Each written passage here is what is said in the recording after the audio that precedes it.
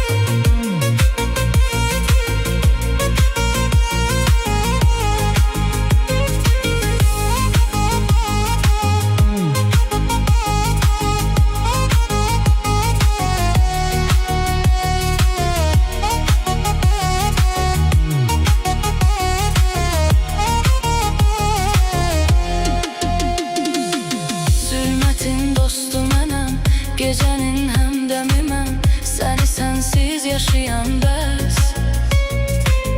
Axı çoxdur yaşına, bu yaşda tək başına, biri böyük dərd daşıyan bəs.